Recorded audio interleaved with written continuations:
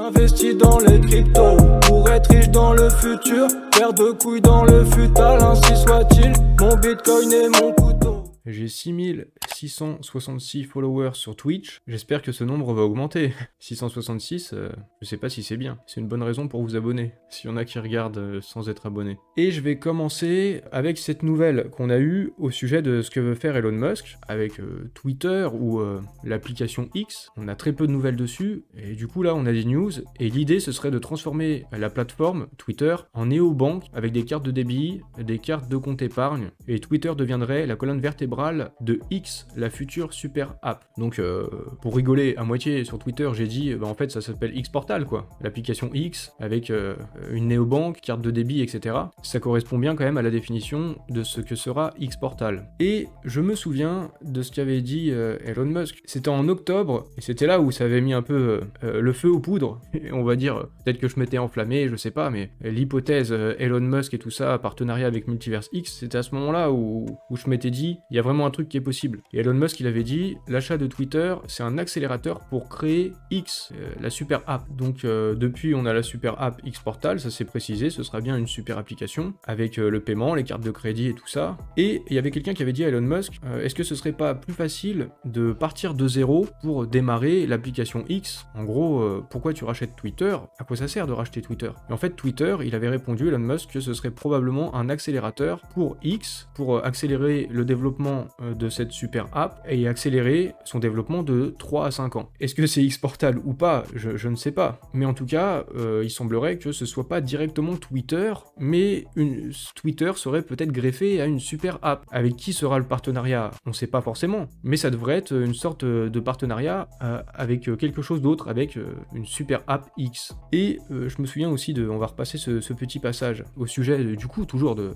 X et tout ça, et de cette super app. I mean, we don't even have an app that's as good as WeChat in China. And like in China, you can like live on WeChat basically. It's like everyone's like been it. Like you live on WeChat, you do payments, you do everything. It's like it's great. Basically, WeChat's kick ass. And we don't have anything like WeChat outside of China. So I was like, my idea would be like, how about if we just copy WeChat? Hey, copy them. Vice Twitter copies WeChat. Yeah, pretty much. Yes. Donc voilà, le plan, acheter Twitter, copier WeChat, une super application où on peut tout faire, où on peut vivre dessus carrément, limite il dit, payer, tout ça, en même temps compte bancaire. Quand j'avais commencé à en parler, c'était avant le X-Day et tout, hein, c'était en octobre, et depuis, même si on peut pas affirmer, on peut pas dire, on peut pas savoir encore s'il y aura ou pas un partenariat avec Multiverse X et Elon Musk, mais on peut dire que on sait quand même de plus en plus, la probabilité a augmenté. Et ça correspond quand même en tout point à X Portal. Je sais pas si l'hypothèse se confirmera ou pas forcément, ça peut être avec un autre acteur qui aura un partenariat, mais l'hypothèse, elle est quand même un petit peu à l'épreuve du temps, et même elle se renforce dans le temps. Donc c'est quand même intéressant. Et du coup, qu'importe que ce soit Multiverse X ou pas, peu importe, ça reste intéressant de se poser la question de ce qui est en train de se passer avec Elon Musk, l'évolution qu'il donne à Twitter, en plus surtout quand on est sur ce réseau social, et aussi parce que c'est un événement qui sera très important dans le monde de la crypto-monnaie, puisque les paiements en crypto seront intégrés. En tout cas, il semblerait quoi. Et ce sera une application du Web3, ce sera une super app du Web3. Et c'est peut-être pour ça que Elon Musk essaie de se mettre en conformité avec l'Union Européenne, notamment avec Thierry Breton, c'est le commissaire européen, je sais plus quoi, blablabla, mais on s'en fout un petit peu. Mais en tout cas, c'est pas la première fois qu'il le rencontre, et c'est toujours là pour assurer la transparence, la responsabilité, l'exactitude des informations, etc. Et c'est lié à ce que va devenir peut-être Twitter, le Twitter 2.0, ou la super app X. Et à ce niveau-là, même si on peut pas forcément faire de lien avec X Portal, mais ce qu'on peut dire, c'est que s'il y a bien une application dans l'Union Européenne qui est bien validée, la plus validée par le législateur, c'est bien Multiverse X, qui a une licence bancaire, qui est autorisée par l'Union Européenne, et qui va pouvoir opérer dans 30 pays de l'Europe. Il y avait même le ministre Jean-Noël Barrot du numérique, le ministre du numérique, qui était présent au X Day. Du coup, s'il devait y avoir un écosystème blockchain qui devrait être choisi par Elon Musk, s'il devait y avoir une super app en X qui correspond à tout ça, avec les cartes de débit, la néobanque et tout ça, ça pourrait quand même sembler logique, juste d'un point de vue logique, que ça puisse être Multiversix et Xportal, même si ce sera peut-être pas le cas. Et dans ce cas-là, je serais bien curieux de savoir avec qui sera le partenariat. Et dans tous les cas, ce sera un événement pour la crypto. Je fais une petite transition, toujours avec plus ou moins Elon Musk, puisque c'est lui le boss de SpaceX, et SpaceX, Starlink est maintenant disponible au Nigeria, et donc c'est le premier pays africain à recevoir ce service. Starlink, vous savez, c'est par satellite, ça permet d'avoir internet, et de faire une couverture sur des régions du monde, via l'envoi de satellites par SpaceX. Du coup, voilà, on a la carte où Starlink est disponible, et il y a le Nigeria. Et je me suis fait cette réflexion que le Nigeria, c'est aussi le pays où il y a le plus de personnes qui est détenteur de crypto-monnaies en Afrique. C'est le premier pays.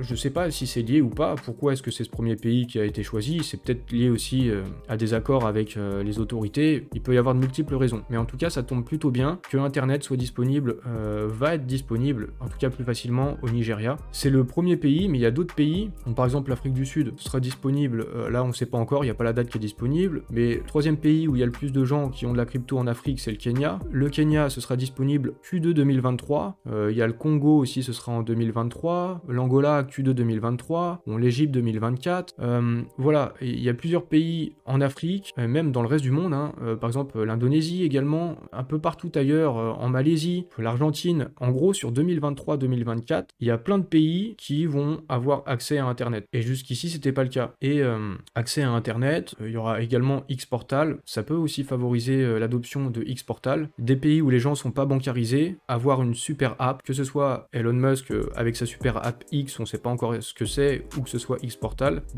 ça peut favoriser une super app qui sera aussi une néobanque avec des paiements en crypto, ça peut favoriser à la fois l'adoption de la crypto et à la fois l'adoption, pourquoi pas, de Xportal. D'autant plus qu'il y a beaucoup de pays qui connaissent de l'inflation extrêmement forte, c'est de l'hyperinflation, c'est peut-être même de la méga-inflation à ce niveau-là, comme le Liban qui dévalue sa monnaie de 90%. Par exemple, dans ces pays-là, le Bitcoin, même quand le Bitcoin se casse la gueule, vu que la monnaie elle se casse encore plus la gueule, en fait, en achetant du Bitcoin, ils sont gagnants. Et c'est aussi un vecteur d'adoption des crypto-monnaies, du Bitcoin en particulier. Donc, bon, tout ça, c'est plutôt bon pour l'adoption. La BCE, elle veut aussi lancer sa super app. J'ai un peu rigolé de ça sur Twitter. Ils veulent faire une application de paiement pour échanger le futur euro numérique. Et bon, voilà, on rigole, mais en fait, couplé à une identité numérique, une super app de ce type, l'euro numérique, ça peut vite tourner au crédit social, comme ce qui se passe en Chine. Et donc là, c'est beaucoup moins rigolo. Et en Chine, il y a le narratif qui est en train de changer vis-à-vis des crypto-monnaies. Ça y est, on est 667, on est plus 666. Ah, Zap Crypto, salut à toi. Bienvenue sur mon petit live Twitch. C'est peut-être aussi un sujet qui va t'intéresser. Je sais pas si t'as vu. En Chine, il y a le narratif qui est en train de changer sur les crypto-monnaies. Alors c'est Wang Yiping, c'est l'ancien membre du comité de la politique monétaire de la Banque populaire de Chine qui estime que le gouvernement chinois devrait se demander si l'interdiction des échanges crypto, si c'est viable à long terme ou pas. En gros, est-ce que la Chine, elle ferait pas mieux de réintroduire les crypto-monnaies, de les réautoriser. Et du coup, cette nouvelle-là, Wang Yiping, c'est un ancien membre du comité.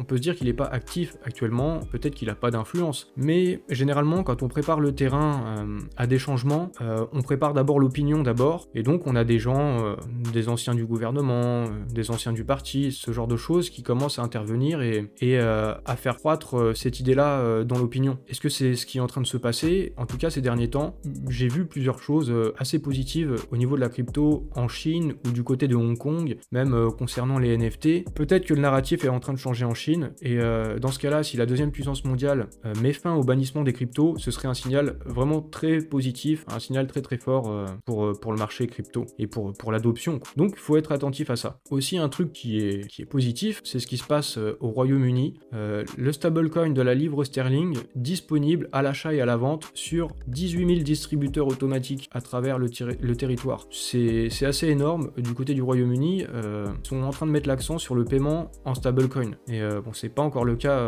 c'est pas le cas chez nous, mais de l'autre côté de la Manche, ça progresse fort. Il y a aussi ce tweet de Goku, 65% des investisseurs institutionnels s'attendent à ce que le Bitcoin atteigne les 100 000 $. Il y a une enquête qui a été faite à ce propos-là, ils ont interrogé les institutionnels, et ils s'attendent plutôt à une année solide pour le Bitcoin, donc ce serait aussi plutôt positif ça. Ils ont interrogé 200 investisseurs institutionnels du monde entier, et eux ils s'attendent à ce que le prix du Bitcoin augmente sur 2023. Bon, est-ce que ce serait un élément de plus pour nous laisser penser que le bottom est fait? L'avenir nous le dira, on verra bien sur cette année. Et il y a seulement 3% des investisseurs qui remettent en question l'avenir du Bitcoin. Donc ça veut dire qu'il y a une grosse part des institutionnels qui sont assez confiants sur le fait que la crypto-monnaie, ça va s'inscrire dans le temps. Du coup, que ce soit à travers le Bitcoin, que ce soit à travers les stablecoins ou les crypto-monnaies de banque centrale comme en Chine ou le futur euro numérique, il semble bien quand même que le système financier est en train de se transformer, la monnaie est en train d'évoluer et on devrait passer aux crypto-monnaies quoi. Bon, en tout cas, c'est pareil, à travers le temps, c'est une idée qui se conforte de plus en plus. Du côté des institutionnels aussi, toujours, je vous ai dit, est-ce que vous voyez ça? Il y a peut-être les institutionnels qui sont en train d'arriver, avec notamment l'agence de notation Moody's qui développerait actuellement un système de scoring des crypto-monnaies, des stablecoins en fait. Et jusqu'à 20 tokens seraient peut-être évalués avec des notations. Du coup, Moody's, je crois que c'est peut-être l'agence de notation la plus réputée ou la plus connue dans le monde, qui note les institutions bancaires, les banques, et qui met une note pour évaluer la fiabilité de cet établissement bancaire. S'ils se mettent à mettre des notes sur les stablecoins, c'est bien que au moins les stablecoins, c'est un premier pas pour les cryptos, sont en train de s'institutionnaliser également. Et ça aussi, ce serait quand même un très bon signe. Il y a quand même des bonnes choses en ce début d'année 2023, je trouve. Et également, Amazon se lancera dans les NFT dédiés au gaming en avril prochain. On sait pas exactement ce que ce sera, mais bon, Amazon, ils ont aussi Twitch. Là, on est sur Twitch. Twitch, ça concerne aussi beaucoup le gaming. Donc, je sais pas ce que ça concernera, mais Amazon, c'est pas anodin, c'est pas petit, et puis pour l'adoption, bah, ça peut y contribuer aussi fortement, l'adoption de cette technologie. Et une bonne nouvelle aussi, enfin, ça nous avait été annoncé pendant le XDay, hein, on le savait déjà, et il est désormais possible de stacker ces EGLD directement depuis Ledger sur Ledger Live, et également les tokens au format ESDT arrivent. Pour l'instant, c'est l'USDC, le RIDE, le MEX, évidemment il y a le GLD, et il y aura d'autres tokens, les tokens ESDT, qui vont être visibles directement depuis Ledger Live. Donc c'est aussi bon pour l'adoption, tout ça quoi. En tout cas, l'adoption de Multiverse X. Pour continuer sur Multiverse X, à partir du 1er février, donc c'était hier, pour ceux qui regardent sur YouTube, c'était un peu plus tard que ça, mais c'est pas trop tard pour apprendre cette nouvelle. Il y a une série de 18 crypto space qui sont organisés par Entity Finance, 18 interviews, 2 projets qui sont construits sur Multiverse X, et le premier c'était Atom Protocol. Je pense que ça peut être bien de suivre ça. Bon, c'est mieux si vous parlez l'anglais, mais si vous voulez entendre directement parler des membres de projets, et apparemment c'est quand même des projets assez importants sur l'écosystème, ça m'étonnerait pas que peut-être la semaine prochaine ça pourrait être Hashswap. Ça m'étonnerait pas. Bon, en tout cas c'est bien, c'est toujours bien pour se renseigner sur des projets, donc je vous signale cette nouvelle là. Ça fait longtemps qu'on n'a pas parlé du Panama, et ça fait longtemps aussi je me demandais qu'est-ce qui se passe au Panama concernant la légalisation. Tout était bien parti l'année dernière, en mai 2022, c'était bien parti pour se faire, et ça avait été ralenti d'un coup. À l'Assemblée, les députés ils avaient voté, il y avait eu 3 tours de vote, c'était passé à l'unanimité même, et il n'y avait plus besoin que de la signature du président, et ça s'était pas fait. Le président a dit je mets une sorte de veto partiel, une réserve, parce que ils veulent vraiment bien s'assurer que ce soit conforme, et surtout concernant les questions de blanchiment d'argent. Le Panama, vous savez, il y a eu les Panama Papers quoi. Et donc là ça a un peu évolué là récemment, et c'est la Cour suprême qui va devoir trancher sur la conformité du texte de loi, et cette fois-ci, si la Cour suprême décide que c'est ok, il va de nouveau avoir le texte qui va être soumis au vote, plusieurs tours peut-être, encore sûrement, et cette fois-ci ça pourrait être ratifié par le président, être validé, et dans ce cas-là, le Panama deviendra le 3e pays au monde où le Bitcoin sera une monnaie légale. Mais en plus de ça, il y aura aussi l'Ether, il y aura aussi le GLD et d'autres cryptos encore, l'USDT, il y aura aussi d'Algorand, il y aura d'autres cryptos. Donc ce sera aussi quelque chose à suivre, et ce sera bon aussi pour l'adoption des cryptos. Hein. Je sais pas, il y a des gens là qui peuvent jouer à Elrond Mafia, on va y venir. Je sais pas si vous avez vu sur Twitter, alors je vais pas commenter dans le détail ce qui s'est passé et ce qui a été dit, aussi parce que j'ai pas envie, je trouve que c'est pas mon rôle, mais il y a eu un coup de gueule qui a été passé de la part de Voster, qui est membre de l'équipe d'Elrond Mafia, et grosso modo, bon, il a plus ou moins dit qu'il y avait peut-être pas assez ou peut-être pas du tout de communication avec la team de Multiverse X qui demandait un petit peu d'aide ou plus de communication et peut-être aussi plus de visibilité. En fait, peut-être d'être mis en avant, peut-être qu'il y avait d'autres projets qui étaient eux qui étaient mis en avant, les uns, pas les autres. Il y a aussi un contre-trade que j'ai vu de Classic Main qui plus ou moins répond à Voister. Merci pour l'abonnement, je sais pas qui c'est, on est 668 maintenant. Je vous mettrai ces trades en fait en description dans la vidéo YouTube, comme ça chacun aussi pourra les lire si vous n'êtes pas au courant, si vous n'avez pas vu, si vous n'êtes pas sur Twitter, et chacun pourra se faire son avis. En tout cas, à ce coup de gueule, Benjamin a répondu très rapidement, hein, assez vite en fait, moins de 24 heures après. Et de ce qui ressort de ça, c'est que il y a quand même un point positif, c'est que il y a un Discord qui a été mis en place pour favoriser justement l'échange et la communication et peut-être aussi l'apport de visibilité pour des projets NFT. Donc bon voilà, petite polémique dans l'univers des NFT sur Multiverse X. Chacun se fera son avis. Les trades seront à la disposition de tout le monde. Et là, si vous voulez, peut-être on pourrait essayer de faire une partie sur Elrond Mafia. Il va falloir que je me mette bien là. Ouh, ça y est, j'y suis. Mais vous voyez, au moins c'est un vrai jeu là. On se croit dans une zone de paintball. Alors moi j'y vais comme ça, je sais pas ce qui va se passer. Oh, qu'est-ce qui se passe? Merde, j'ai cliqué à côté. Oh, fait chier. Oh, fait chier. Merde. Ouais, j'ai dévié, j'ai cliqué là en bas et j'ai paniqué en fait. Oula, ça siffle dans les oreilles là. Je tire un peu histoire de... Pour recharger, c'est R. Ouais, voilà. Et avec la manette, je serais tellement mieux, Oh, il est en face. Je l'ai vu. Ah, peut-être que c'est lui contre moi maintenant. Oh merde! Oh, headshot, il m'a headshot. J'ai pas le skill. En plus au clavier. Il faut l'utiliser à bon escient. Grenade! Bon, je suis un peu handicapé. Je joue avec un handicap. Oh, je me réfugie. Il est où? Oh, mais il est là! Ah putain. Oh, au couteau, j'ai plus de chance. Mon bitcoin et mon couteau, attention. Ah mais non! Je suis le couteau, mais il a une arme, lui. Ah mais moi aussi. Ah oui, je peux changer d'arme, d'accord. J'ai une arme de poing.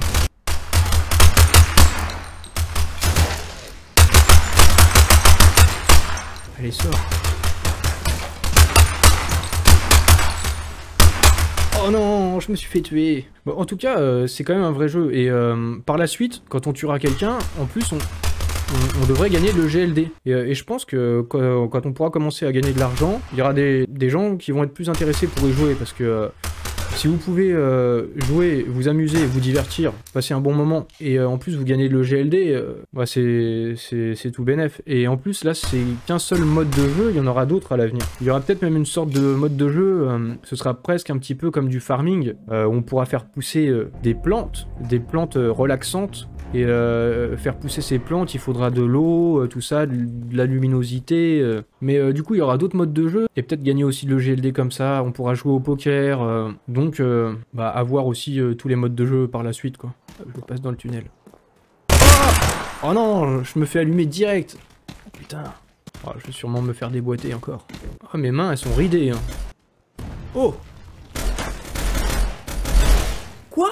J'ai même pas eu le temps de réagir et de le voir, je me suis fait niquer tout de suite. Faut que je fasse honneur, là, au moins que je fasse... que je tue quelqu'un. Laissez-moi tuer quelqu'un. S'il vous plaît, pour me faire plaisir. Laissez-moi vous tuer.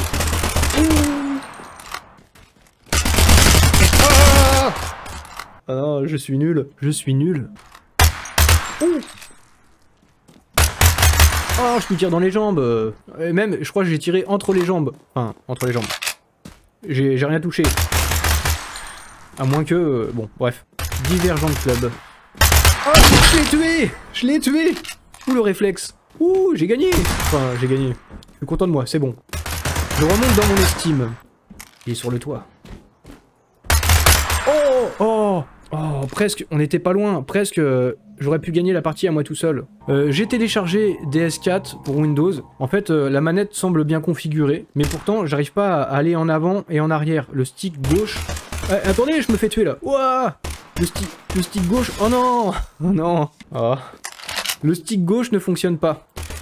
Mais toutes les autres touches, ça fonctionne. Et du coup, c'est dommage. Par contre, Alt, c'est pour se baisser. Hein. Je viens de voir. Alt, c'est pour se baisser. Voilà. Je me baisse. Je me relève.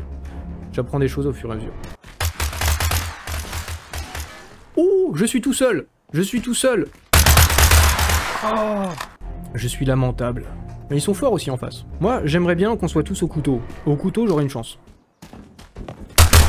Mais non, comment c'est possible? Il m'a vu avant, c'est pas possible. Ah, je vais essayer de faire... Oh mais non, je voulais aller faire péter les bonbonnes. Un ennemi va surgir. Ah oh, putain. Ouais, moi j'ai un point. J'ai sauvé l'honneur. Moi, ça compte. Ah, je vais vadrouiller, je vais m'amuser, moi. Ah. Ce qui serait bien, c'est peut-être qu'il y ait un impact. Un impact qui reste sur les... Ça dépend, bah, il travaille aussi là-dessus. Regardez là, l'impact qui reste, c'est bien. Bon, je me fais tuer. Laissez-moi explorer, moi je fais de la découverte du jeu, là. C'est pour le live Twitch. Aide-moi, il m'attend même pas. Regardez-le, il fonce. Il sait que... Il peut pas compter sur moi. Ah, mais comment il fait ça, lui? Regardez. Oh! Oh, mais non! Laissez-moi explorer! Laissez-moi vivre! Ou s'il y a quelqu'un qui a la solution, dites-moi aux commentaires aussi sur YouTube, pour pouvoir jouer avec la manette et le problème du joystick gauche, là, pour avancer et reculer, ce serait apprécié, fortement. Dites-le dans les commentaires. Ah! Allez. Ah! Bon, au moins vous aurez bien vu comment ça se passe, hein, pour ceux qui connaissent pas, qui n'ont pas testé. Eh ben je vais y aller, hein, sur cette belle défaite et cette belle humiliation, sur cette correction, mais j'ai sauvé l'honneur. C'était une démonstration, hein, le but c'était de vous montrer un peu aussi comment ça fonctionne. Donc mission accomplie. Bon bah bonne soirée et à la prochaine.